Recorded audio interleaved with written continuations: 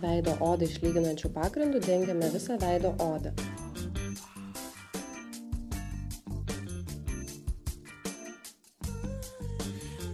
Toniniu kremu padengiame veido bei kaklo zoną, nepamirštame padengti ir ausų.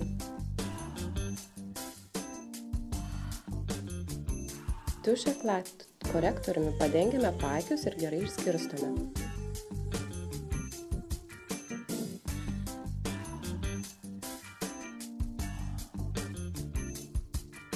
Kompaktinę pudrą viską užfiksuojame.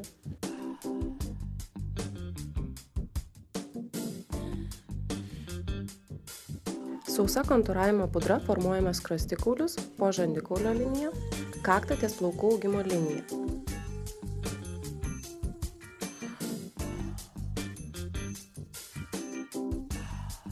Šviesesnę spalvą paryškiname iškiliausią skruostikaulio zoną prie akių. Antakių šešėliais užpildome ir formuojame antakių linijas. Akių šešėlių pagrindu dengiame akių vokus.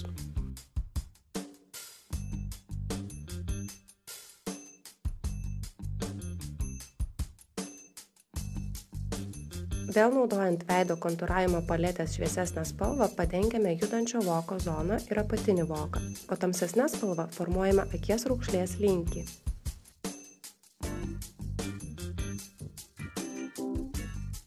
Juodu akių pravedimu piešiame akių pravedimo linijas. Pritaikome kiekvieną sau tinkančią formą ir storį.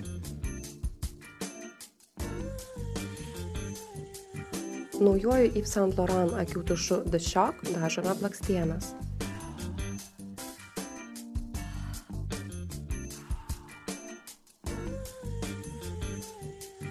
Juodu kojaliniu pieštuku intensyviname viršutinio voko vidinę akies liniją.